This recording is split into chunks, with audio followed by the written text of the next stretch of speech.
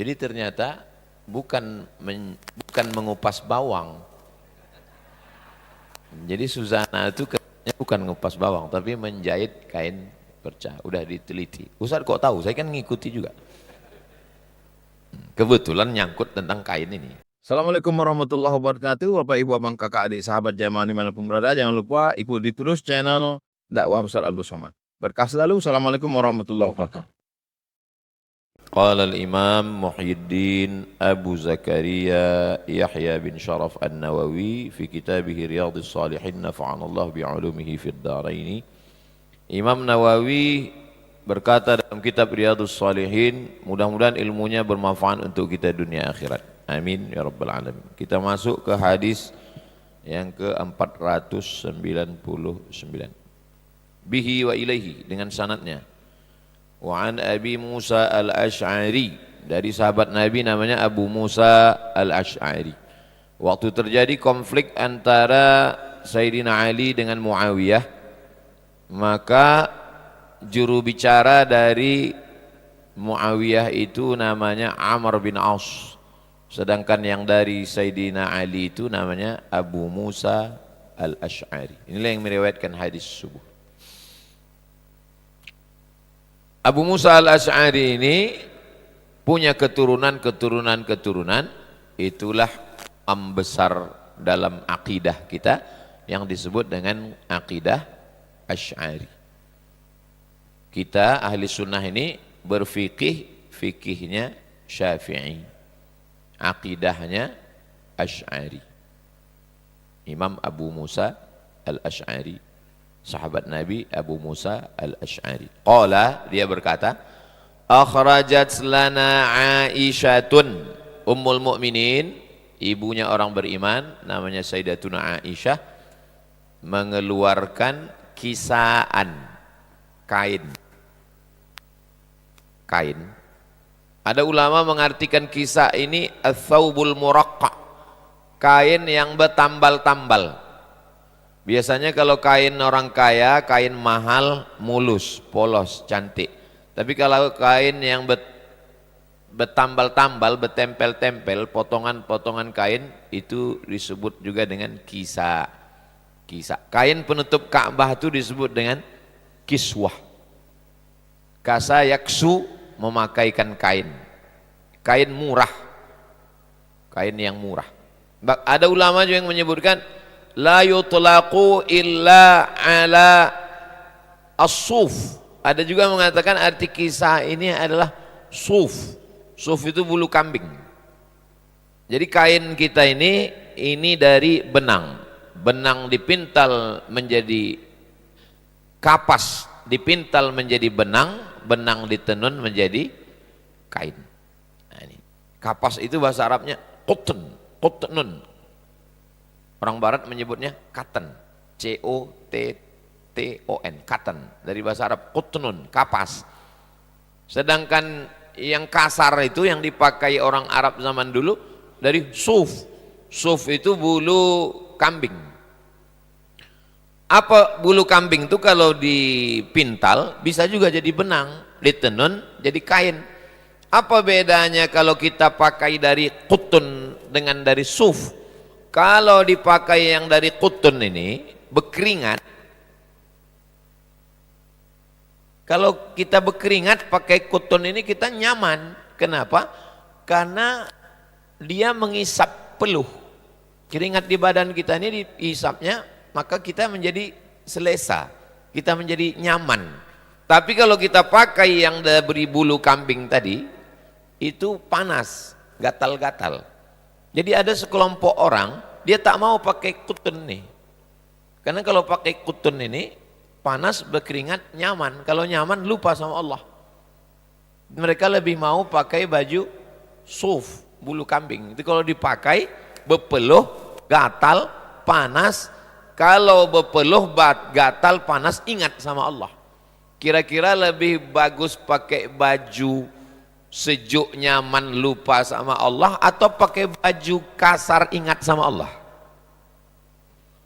Yang paling bagus itu pakai baju sejuk, ingat sama Allah. Tapi ada orang tidak mau nyaman, karena kalau nyaman lupa sama Allah. Nama bajunya suf. Nah, itulah sebagian orang menyebut, dia itu sufi itu.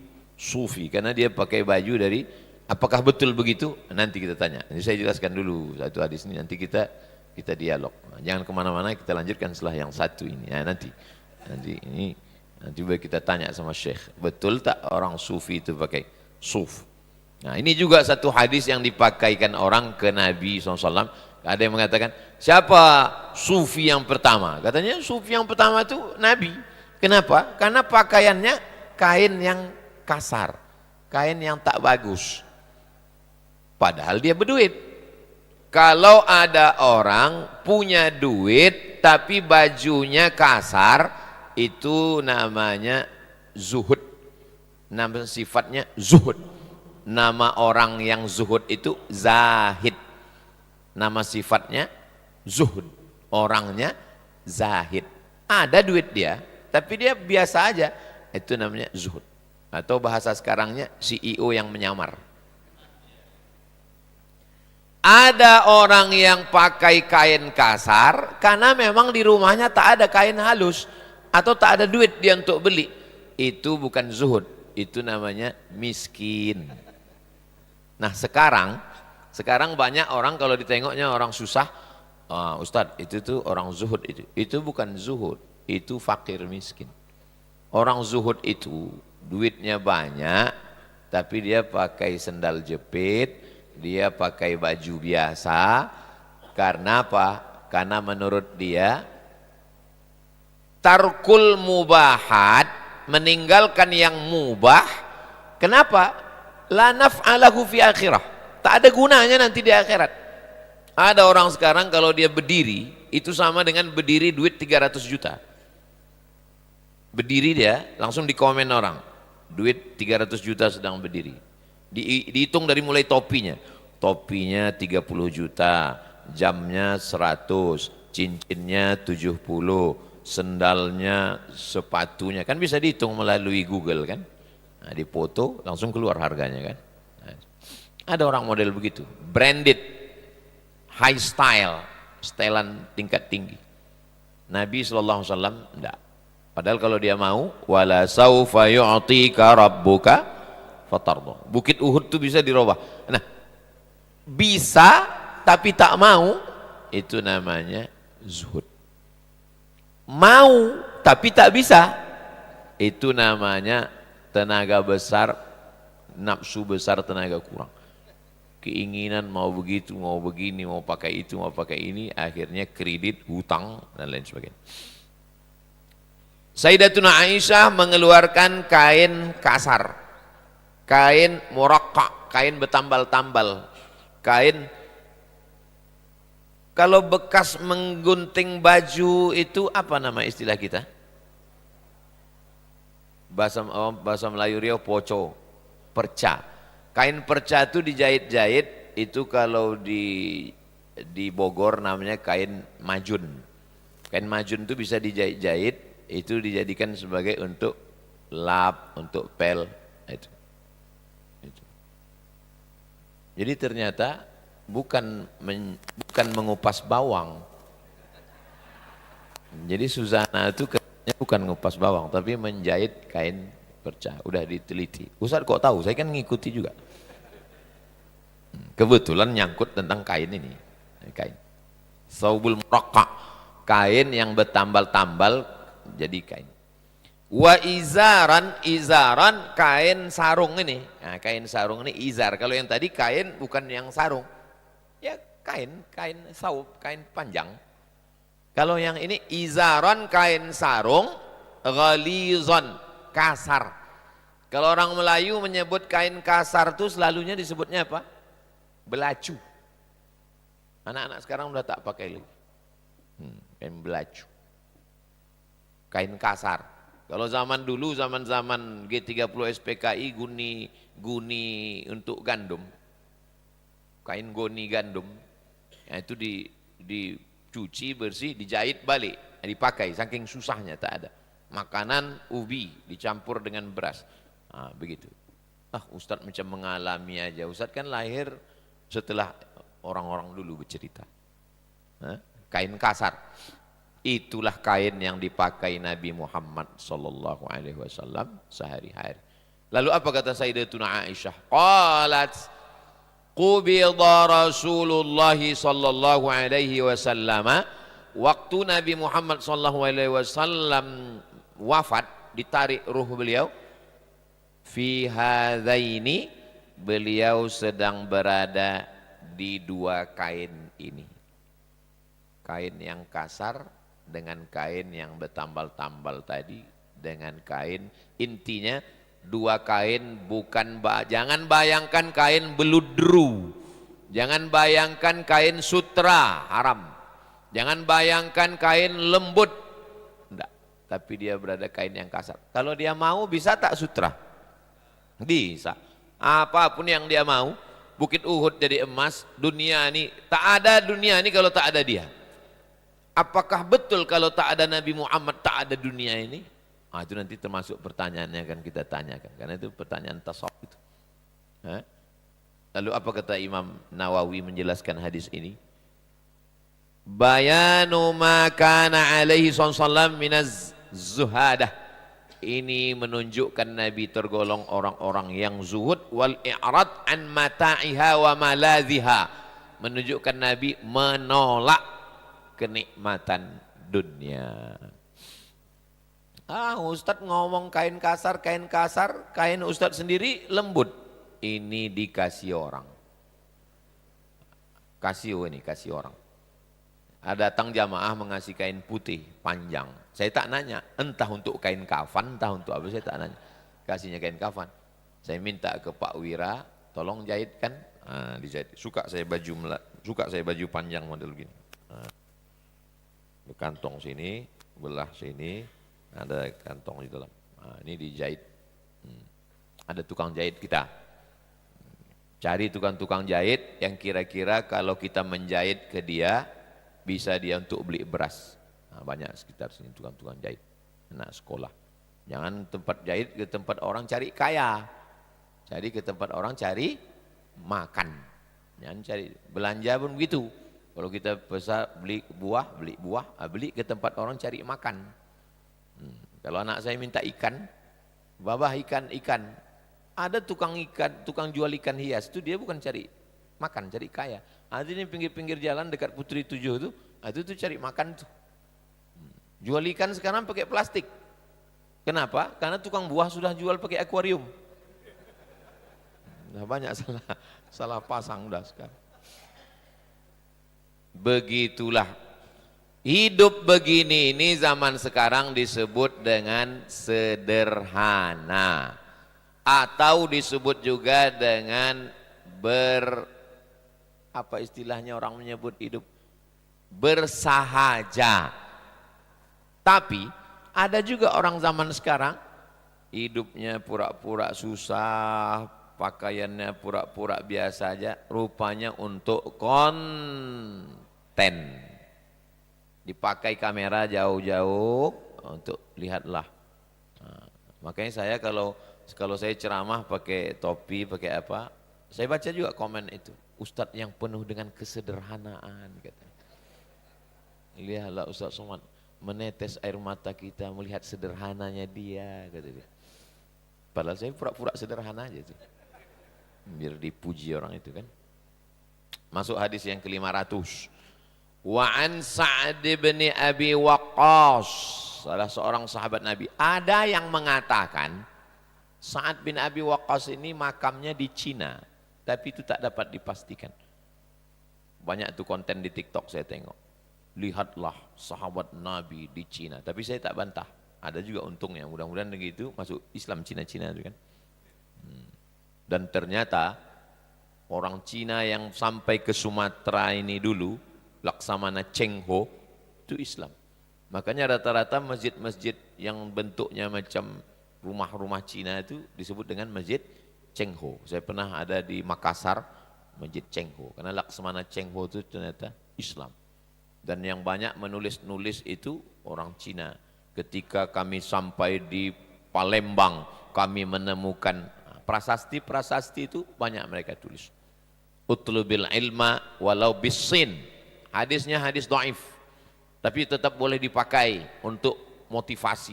Tuntutlah ilmu walau ke negeri Cina. Dulu, sekarang tak perlu lagi karena Cina itu sudah datang ke sini. Qala, dia berkata, inilah awwalul Arabi. Aku orang Arab pertama rahma bisahmin yang memanah dengan anak panah fi sabilillah, berjihad di jalan Allah. Makanya di antara doa Nabi untuk Sa'ad bin Abi Waqqas, Allahumma saddid sahmahu. Ya Allah, tepatkan arah anak panahnya. Nah, kalau zaman sekarang ini sniper. Jadi orang Islam ini mesti ada satu menjadi penembak. Makanya saya kemarin waktu baru pulang di Papua, diminta tausiah ceramah di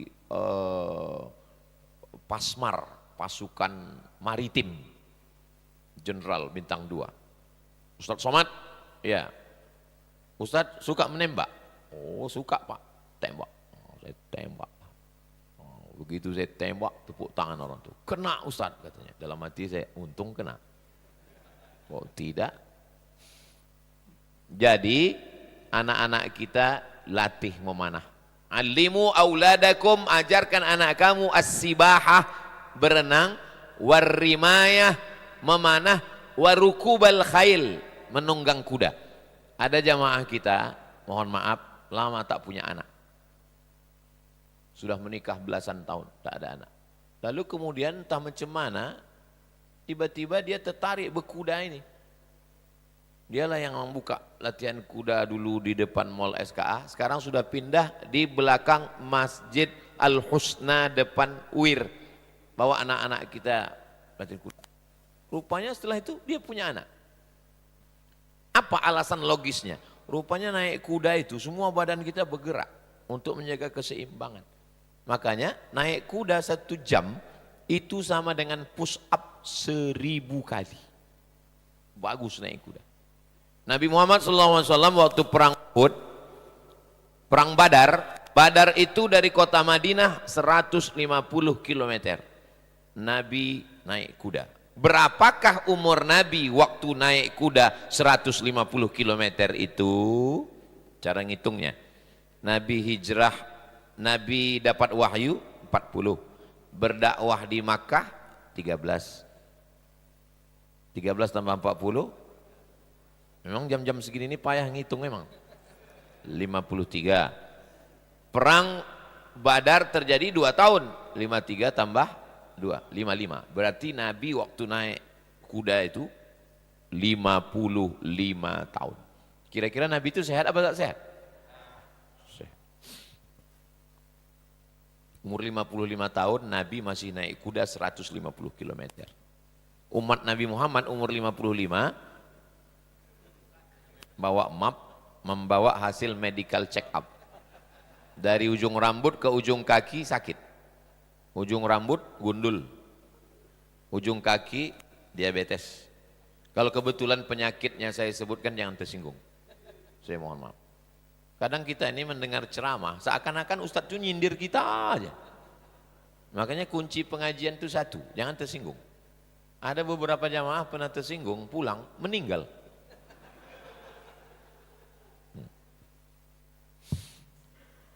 Nabi itu sehat. Aku orang pertama yang memanah. Nabi punya pasukan pemanah.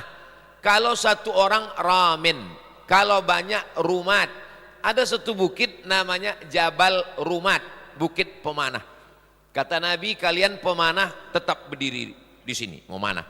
Aku nanti turun ke bawah berperang, berjumpa dengan musyrik. Itu disebut dengan perang Uhud. Nanti kalau aku menang, kalian jangan turun. Kalau aku kalah, kalian pun jangan turun. Kalian memanah dari atas. Panjang umur, sehat badan, nanti kita ke Madinah, naik ke atas Jabal Rumat. Ini Jabal Rumat kecil, di depannya itu Jabal Uhud. Antara Jabal Rumat ke Jabal Uhud, ada disitulah pasukan bertemu, pasukan kaum muslimin dengan pasukan kaum musyrik. Nah, jadi memanah. Memanah itu bagus. Makanya sekarang ada olahraga sunnah. Wow. Olahraga sunnah berkuda. Ustadz Doni ini termasuk olahraga sunnah. Ini olahraga sunnah bagus. tapi bahaya. Apa bahayanya? Nanti kalau kau bilang itu olahraga sunnah, berarti yang lain itu olahraga bid'ah. Wa kullu bid'atin dhalalah wa kullu dhalalatin finnar. Ini saya tengok penggunaan sunnah ini udah kemana-mana ini. Olahraga sunnah. Ada pula saya tengok laundry sunnah. Berarti laundry lain bid'ah. Ada yang lebih bahaya lagi. Ustadz sunnah. Kalau guru kau Ustadz sunnah, berarti Ustadz Somad itu Ustadz bid'ah. Bukan begitu. Makanya saya waktu ditanya, Ustadz, ada yang mengatakan Ustadz dia Ustadz sunnah. Iya. Kalau Ustadz Somad, saya Ustadz wajib. Saya bilang. Walaqad kunna naghzu ma'a Rasulillah sallallahu alaihi wasallam. Kami berperang, kami bersama Nabi sallallahu alaihi wasallam. Cobalah tengok sahabat Nabi itu. Tidur sama Nabi, makan sama Nabi, menggali khandak sama Nabi, musafir sama Nabi. Kita mimpi jumpa Nabi pun payah. Apakah kalau jumpa dengan Nabi dalam mimpi bisa jumpa dalam yaqzah? Itu nanti termasuk masalah tasawuf yang kita tanyakan. Ingat-ingat kan pertanyaan ini. Ya. Kunna naghzu ma'a Rasulillah SAW. Kami berperang bersama Rasulullah SAW. Malana ta'amun. Kami tak ada makanan. Jadi jangan bayangkan Nabi sama sahabat itu perang rangselnya penuh. Perang rangsel penuh. Itu bukan perang, camping. Malana ta'amun. Kami tak ada makanan. Lalu makan apa? Illa waraqul hublah. Yang ada hanya daun hublah. Tanaman di gurun pasir, bentuknya macam kacang kedele. Waraqul hublah. Wahadzas samur, tanaman yang tumbuh di gurun pasir macam daun putri malu, kumis kucing. Putri malu itu kalau disentuh dia kan kuncup. Nah ini macam itu tapi disentuh tak kuncup. Daun aja malu, masa kamu enggak? Tak ada, tinggal daun-daun inilah mereka kunyah. Pahit, tapi pilihannya dua, mati atau mengunyah daun pahit. Mereka kunyah itu. Hatta idza kana ahaduna la yada'u, sampai salah seorang dari kami itu la yada'u, maaf cakap, la yada'u itu bahasanya bahasa lembut. Bahasa itu tak boleh kasar. La yada'u, wada'a yada'u, meletakkan. Kalau ditengok di kamus nanti artinya meletakkan. Tapi maksud di sini la yada'u maksudnya BAB. Sudah dikunyah daun-daun kering tadi. Sampai kami besoknya waktu BAB itu macam mana? Kama tada'u syatu, macam kambing, macam kambing Macam mana kambing malahu khiltun, nya itu tak melekat lagi. Kambing kan tercerai berai. Kambing itu kan berserak kan. Begitulah saking kan rupanya daun-daun kering itu kalau dikunyah besok pagi kita pas macam kambing itu keluar. Beda sama makan bubur ayam. Malau khiltun, saking kan keringnya. Hadis ini muttafaqun alaih. Ada dalam Sahih Al-Bukhari, ada dalam Sahih Muslim. Imam Nawawi membuat bab, di bawah bab ayat, di bawah ayat hadis, di bawah hadis penjelasan kata-kata yang gharib, yang aneh. Apa itu kata yang aneh? Al-hublah, daun hublah, bidhammil ha, dibaca dengan ha, hublah. Al-muhmalah tak ada titik, bukan jublah, bukan hublah, tapi ha, hublah. Wa iskanil ba, banyak baris sukun, hublah, bukan hubulah, bukan hubilah, hub. Al-muwahhadah, titiknya satu, hublah. Wahiyas samur, itu sama dengan pohon samur. Nau'ani, dua jenis, ma'rufani yang dikenal secara umum, min syajaril badiyah, tanam tanaman rerumputan, rumput-rumput yang ada di gurun pasir kering. Tapi kalau udah kelaparan itu pun dikunyah juga. Kalau dikunyah masuk ke perut, besok pagi maaf cakap, nya macam kambing bercerai-berai, tak melekat lagi. Begitulah susahnya mereka. Siapa itu? Itulah orang-orang pilihan yang lebih dulu masuk surga dari semua nabi-nabi, yang gara-gara dialah alam semesta tercipta, tapi makanannya pun begitu. Supaya apa kita baca hadis ini? Supaya kita bersyukur. Kita ini banyak tak bersyukur, mencaci maki makanan.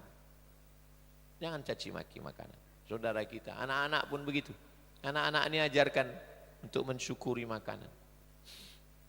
Hadis terakhir, kita baca 3 hadis subuh nih, 501. Wa an Abi Hurairata, nama dia Abdus Syams, dirubah Nabi namanya menjadi Abdurrahman, nama bapaknya Sahar, nama kampungnya di Yaman Daus, Abdurrahman bin Sahar ad-Dausi. Abu Musa al-Ash'ari, Ash'ari itu juga asalnya Yaman. Nabi mendoakan Yaman, Allahumma barik lana fi Yamanina. Sekarang saya tengok di internet nih mengejek-ngejek Yaman. Kalau benci sama Habib, 1 orang, 2 orang, kenapa pula semua habaib sampai Yaman? Sahabat Nabi banyak berasal dari Yaman. Nabi mendoakan Yaman. Jangan, tidak boleh sweeping, pukul rata semua, generalisir. Ini bukan ajaran Islam.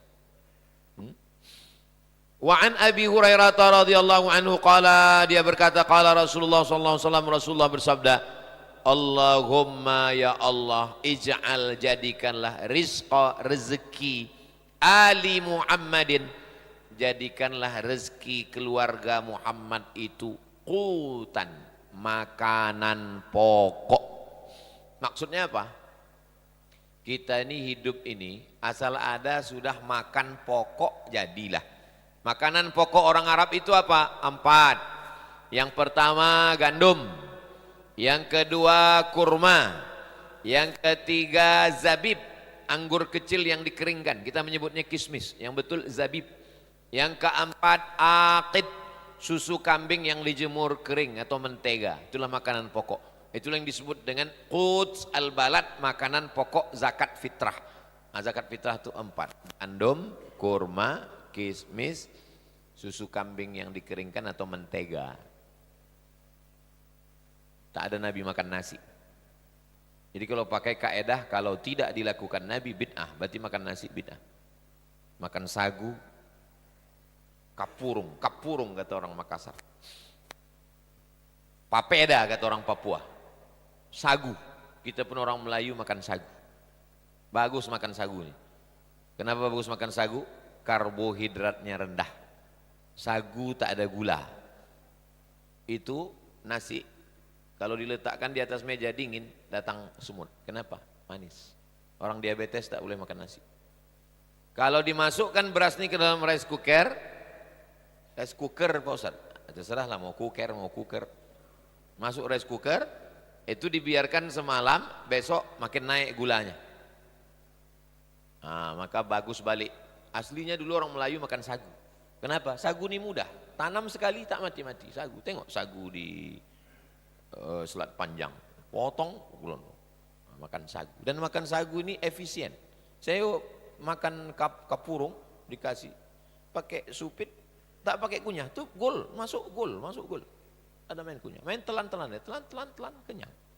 Tapi karena kita udah terbiasa makan nasi, jangan biasakan anak makan nasi. Kenapa? Karena kalau udah terbiasa makan nasi, nggak jumpa nasi ini, hilang-hilang timbul ingatan. Perut kenyang memang, perut kenyang, tapi tak bisa berpikir. Beras di Maroko mahal. Waktu saya kuliah beras itu 12 dirham 1 kilo. Beasiswa cuma 800. Jadi saya pernah coba makan gandum, pagi makan gandum, siang makan gandum, malam makan gandum. Memang perut kenyang, tapi apa dibaca apa tak ingat. Apa kata dosen tak menang. Memang kita tak bisa berpisah dengan nasi ini. Ada orang Mesir menulis buku judulnya Ajaibil Atbaq wal Asfar.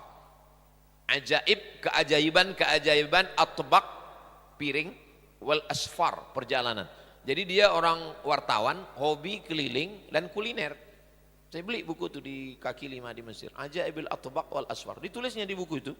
Kata dia di antara keajaiban dunia yang dia alami, ada di dunia ini orang makan nasi 3 kali sehari. Orang Indonesia kata dia. Saya waktu membaca tuh, mak, hebat juga kita ini. Karena orang Mesir dia tidak makan nasi sampai 3 kali. Pagi dia makan ish, gandum, nanti siang dia makan kusari, makrunah, mie itu dicampur, malam baru dia makan nasi. Orang Maroko makan nasi seminggu paling 2 kali. Itu pun nasinya sedikit aja. Yang banyak itu kentang. Kita hilang bunga piring. Piring itu kan ada berbunga keliling kan. Nah itu kalau tak hilang bunganya tak makan namanya. Sampai hilang bunga itu. Jadi tentang masalah makan ini, ya Allah jadikanlah rezeki keluarga Nabi Muhammad, Sayyidatuna Fatimah, Sayyidina Al-Hasan, Sayyidina Al-Husain, Sayyidina Ali, jadikanlah rezekinya dapat makanan pokok aja pun jadilah. Makanan pokok pun jadilah. Tengok doa, malu kita berdoa minta macam-macam. Kita nasi, emping melinju, kolak pisang, ikan slice panggang, tempoyak, ada lagi pula asam podeh baung, toman. Makanan begitu banyak, lalu minta wa adkhilnal jannata ma'al abrar. Masukkan aku bersama Rasulullah. Apa tak malu kita? Memang betul Ustaz Somad tuh yang diceramahkan dia itu betul. Saya beberapa kali makan sama Ustaz Somad tuh, saya tengok makannya sedikit aja. Saya bukan makan sedikit makan. Karena saya kalau ceramah dikasih makan, saya tak makan banyak. Karena kalau saya makan banyak, ada beberapa titik lagi. Makan tuh sedikit sini. Ustaz jaga makannya? Enggak, saya tak ada, saya jaga makan. Saya makan bebas, apa aja saya makan. Kenapa Ustaz tak gemuk? Sudah saya tanya ke dokter. Pak dokter, saya tak ada diet, tak ada jaga makan, kenapa saya tak gemuk? Kata dokter itu memang udah takdir Ustadz begitu. Ada dokter di Batam, kata dia, Ustadz kalau bisa tambah berat badan Ustadz sedikit. Kenapa? Biar supaya berwibawa. Rupanya orang kurus ini tak berwibawa. Disepelekan orang aja kita. Maka Bapak yang udah gemuk berarti kewibawaan sudah dapat. Allahumma ja'al rizqa ali Muhammadin qutan. Ya Allah, kasihlah makan pokok. Kira-kira, nah setelah subuh ini kita tahu pakaiannya begitu, kainnya begitu, makanannya begitu, sahabatnya pun begitu. Malu tak kita minta macam-macam ke Allah? Bertambah tak syukur kita menengok makanan terhampar banyak. Layak tak kita ini disebut sebagai pencinta Nabi sallallahu alaihi wasallam? Ada orang tasawuf, orang sufi, orang tasawuf. Kata dia, kita belum bisa mencintai Nabi sebelum berjumpa kulit perut dengan kulit. Berjumpa kulit dengan kulit. Kulit ini kata dia berjumpa dengan kulit ini, saking kan lapar. Orang yang lapar itu cakapnya masuk ke hati. Kalau saya tausiah selama ini tak masuk ke hati Bapak Ibu, 2 kemungkinan. Yang pertama, yang menyampaikan itu kenyang, yang kedua, yang mendengar itu kenyang. Atau dua-duanya sama-sama kenyang. Kita kalau terlampau kenyang, tak masuk cakap kita ke hati orang. Makanya Indonesia ini merdeka, itu karena orang lapar. 17 Agustus 1945 itu jatuh pada 9 Ramadan. Yang menggerek bendera orang lapar, yang membaca proklamasi orang lapar, yang membaca Pancasila orang lapar, dan yang berperang melawan Belanda itu pun orang lapar. Orang lapar itulah yang tak takut mati. Orang kenyang, orang lapar itulah yang teriakannya ditakuti Belanda itu. Allahu Akbar. Kalau orang kenyang mana bisa berteriak? Alhamdulillah. Siapa itu orang lapar? Orang lapar itu orang-orang tasawuf. Orang lapar. Tak takut mati, berperang. Makanya orang lapar ini dibuang. Karena kalau dia tetap berada di Indonesia, nanti dia punya jamaah, dia melawan Belanda. Dia mesti dibuang. Dibuang dia ke Ceylon. Ceylon itu sekarang Sri Lanka. Sampai di Sri Lanka diharapkan orang ini dia stres. Ternyata dia tidak stres, dia tidak depresi. Dia tetap berjuang. Dibuang lagi ke Durban, Afrika Selatan. Namanya Syekh Yusuf Al-Makassari Tajul Khalwati. Khalwati tarekat dia, namanya tarekat Khalwatiyah. Siapa yang berperang melawan Mussolini di Libya, tempat Ustadz Adi Hidayat, itu yang berperang itu adalah tarekat Sanusiyah, orang-orang tarekat. Siapa orang Sumatera ini yang berperang melawan Siam? Siam.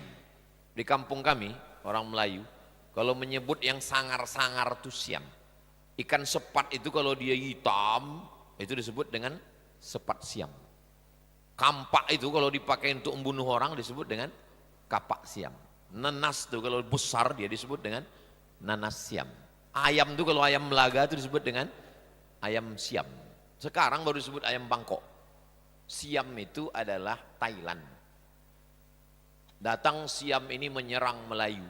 Yang diserang itu namanya Kedah. Datang orang dari Sumatera ini ke Kedah itu untuk melawan Siam, meninggal di Patani. Namanya Syekh Abdus Somad Al-Falembani. Falembani artinya Palembang. Mursyid tarekat Sammaniyah.